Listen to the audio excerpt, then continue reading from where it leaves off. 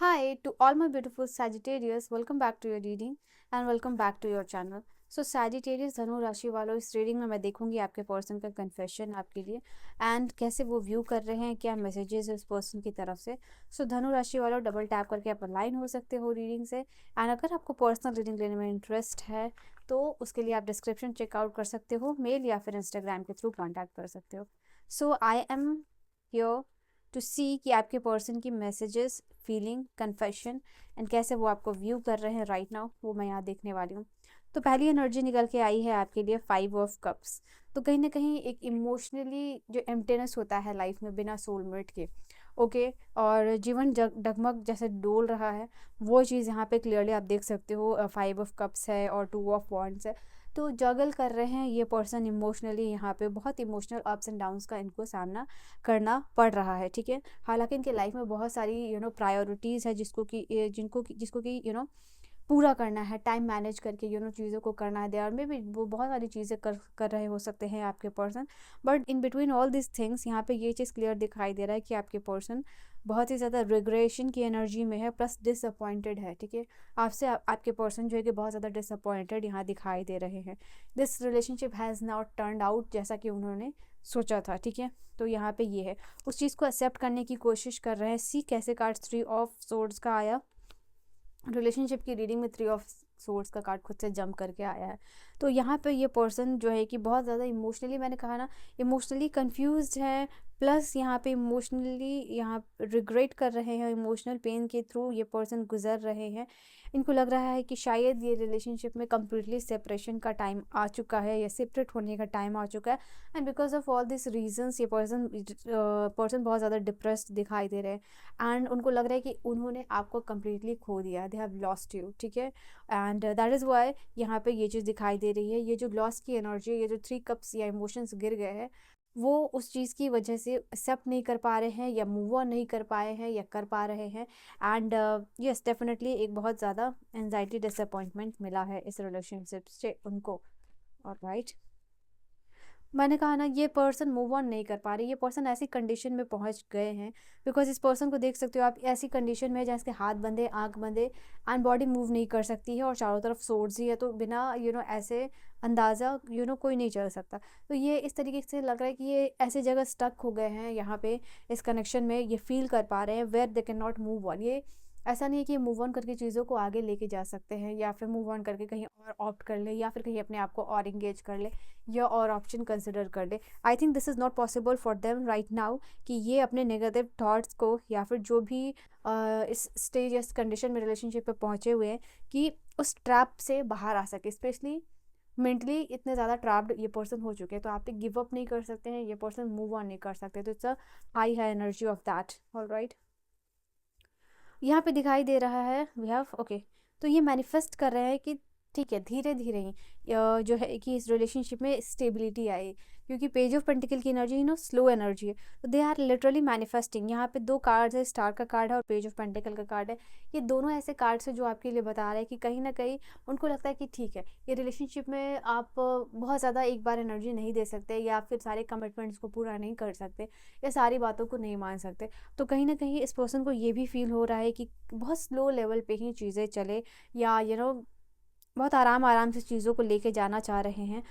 ये दिखाई दे रही है, बहुत स्ट्रांगली चीज़ों को होल्ड नहीं करना चाहते। बिकॉज जब बहुत ज़्यादा स्ट्रांगली चीज़ों को आप होल्ड करते हो तो आप उसको लेट गो, मतलब आप उसको खो देते हो। तो that is what this person is thinking. तक कहीं ना कहीं इनको लग रहा है कि ज़्यादा ही ऑब्सेशन या पोजिशन दिख रहा था इस रिलेशनशिप में आपको।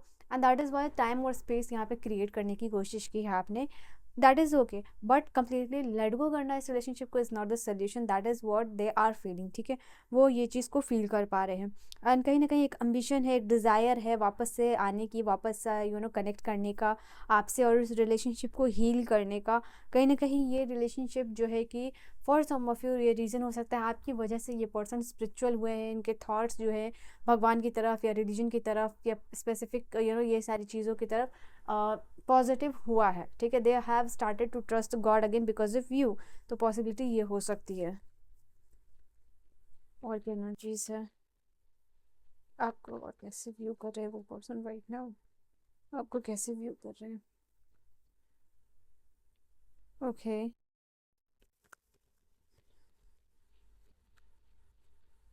ऐसा लग रहा है इस पर्सन को कि आप बहुत ज़्यादा दिमाग से प्रैक्टिकल होकर सोच रहे हो और कहीं ना कहीं अपने इमोशंस को आपने साइड कर दिया है। हालांकि आप एक इमोशनल पर्सन थे, अब जो है कि यहाँ पे कहीं ना कहीं ये आपका जो इमोशनल जितने आप थे, ठीक है, वो इनके लिए वो इमोशंस सारे धीरे धीरे करके ख़त्म हो रहे हैं। और कहीं ना कहीं आप बहुत दिमाग से सोच रहे हो और जो है कि आपके लिए जो है कि इस रिलेशनशिप में चीज़ लेट गो करना प्लस एक्सेप्ट करना आपके लिए ज़्यादा इजी हो रहा है right now in comparison to this person, ठीक है। वो चीज़ यहाँ पे दिखाई दे रही है और कहीं ना कहीं ये चीज़ इनको और ज़्यादा हेल्पलेस फील करा रही है। And at the same time यहाँ पे ये चीज़ है, इनको ये भी चीज़ फील हो रही है वापस से मैनिफेस्टेशन मैनिफेस्टेशन एंड मैनिफेस्टेशन के 3 कार्ड आए हैं।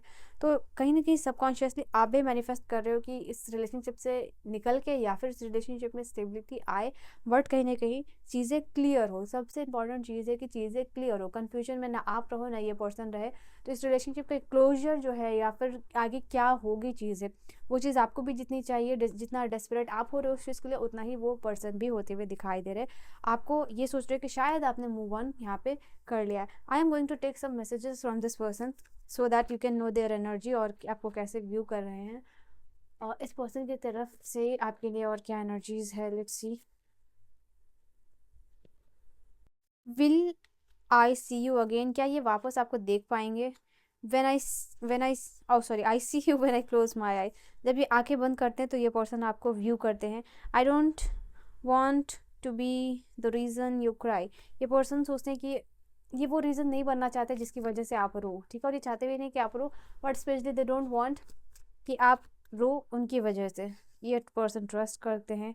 I want more in this connection but definitely they are scared. Okay, last message, I want you to enjoy your life, you to be strong and इनका ऐसा लग रहा है कि शायद आप अपने जीवन में ये होप कर, दे आर होपिंग कि that you are doing very well in your life. तो लेट अस सी यहाँ पे सैजिटेरियस आपके लिए ये इस कनेक्शन में पॉसिबिलिटीज़ है या नहीं, रीयूनियन की क्या यहाँ पे होगा। Let's see, okay we have a card. तो ये कनेक्शन जो है कि काफ़ी ज़्यादा कार्मिक है, आप देख सकते हो। यहाँ पे चाहे ये कितना, ये देखो एक सोलमेट कनेक्शन है प्लस कार्मिक है, ये बहुत रेयर रीडिंग में होता है, बट ये आपकी रीडिंग में है। प्यार बहुत ज़्यादा है एंड दिस डेफिनेटली यहाँ पे रिकन्सिलिएशन होगा, बट इस रिकन्सिलिएशन के पहले अगेन यहाँ पे बहुत सारे कार्मिक बैगेजेस, टॉक्सिसिटी को रिलीज़ करना होगा। बिकॉज यहाँ पे ये चीज़ दिखाई दे रहा है कि इस रिलेशनशिप को टॉक्सिसिटी से कम्प्लीटली रिलीज़ करना होगा, तब ये कनेक्शन जो है कि एक डिवाइन कनेक्शन बन पाएगा। तो जितना ज़्यादा यहाँ पे इस कनेक्शन में ब्लेसिंग्स है, उतना ज़्यादा ये नज़र लगी हो इस रिलेशनशिप में, पॉसिबिलिटीज़ ये भी है। तो उस चेन को ब्रेक करना है और जो भी हैबिट्स है उसको ब्रेक करना है। दिस कैन सी यहाँ पे आपके रिलेशनशिप में नज़र लगी है किसी थर्ड पार्टी की, ठीक है।